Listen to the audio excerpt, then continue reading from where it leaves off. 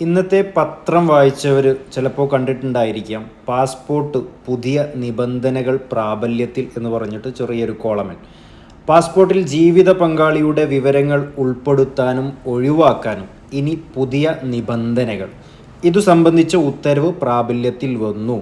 ഇത് പ്രകാരം പാസ്പോർട്ടിനായുള്ള അപേക്ഷയിൽ ഇനി മുതൽ ജീവിത പങ്കാളിയുടെ പേര് ചേർക്കണമെങ്കിൽ, അഥവാ ഭാര്യയുടെ അല്ലെങ്കിൽ ഭർത്താവിൻ്റെ പേര് ചേർക്കണമെങ്കിൽ സർക്കാർ രജിസ്ട്രേഡ് വിവാഹ സർട്ടിഫിക്കറ്റോ ജോയിൻ്റ് ഫോട്ടോ ഡിക്ലറേഷനോ സമർപ്പിക്കണം.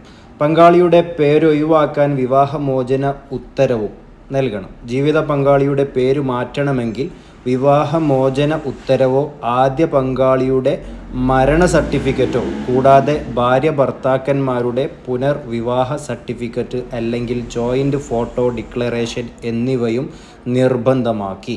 വിവാഹശേഷം സ്ത്രീകളുടെ കുടുംബ പേര് മാറ്റുന്നതിന് വിവാഹ സർട്ടിഫിക്കറ്റ് അല്ലെങ്കിൽ ഭാര്യ ഭർത്താക്കന്മാരുടെ ജോയിൻ്റ് ഫോട്ടോ ഡിക്ലറേഷൻ എന്നാണ് ന്യൂസിൽ പറയുന്നത്. ഇതുവരെ പാസ്പോർട്ടിന് കൊടുക്കുമ്പോൾ നിലവിലുള്ള പാസ്പോർട്ടിൽ പേര് ചേർക്കുന്നതിനോ അല്ലാന്നുണ്ടെങ്കിൽ പുതിയത് എടുക്കുമ്പോൾ മാരേജ് സർട്ടിഫിക്കറ്റ് നിർബന്ധമായിട്ടും ചോദിക്കുന്ന ഒരു സാഹചര്യം ഇല്ലായിരുന്നു. ഒരു വൈറ്റ് പേപ്പറിൽ എഴുതി കൊടുത്തു കഴിഞ്ഞാലും പേര് ചേർക്കുന്ന ഒരു സാഹചര്യമായിരുന്നു ഇതുവരെ നിലനിന്നിരുന്നത് എങ്കിൽ ഇനി അങ്ങോട്ട് മാരേജ് സർട്ടിഫിക്കറ്റ് നിർബന്ധമാണ്.